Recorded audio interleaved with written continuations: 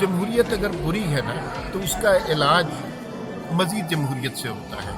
बदकिस्मती से हमारे यहाँ अगर जमहूरियत बुरी है तो उसका इलाज मार्शल लॉ से होता है। तो उस सोच को हमने जहन में निकालना है, और हम हमेशा से यही समझते हैं कि अगर डेमोक्रेटिक सिलसिला जमहूरी अदवार मुसलसल चलते रहेंगे तो उससे जमहूरियत में बेहतर आएगी। दूसरा, एक मैं आपकी बात से इख्तलाफ करता हूँ कि कोई शख्स अगर पढ़ा लिखा नहीं है तो इसका ये मतलब नहीं है कि वो लोगों के लिए काम नहीं कर सकता या उसमें जज्बा खिदमत नहीं है। अहम बात ये है कि लोग किसको मुंतखब करते हैं।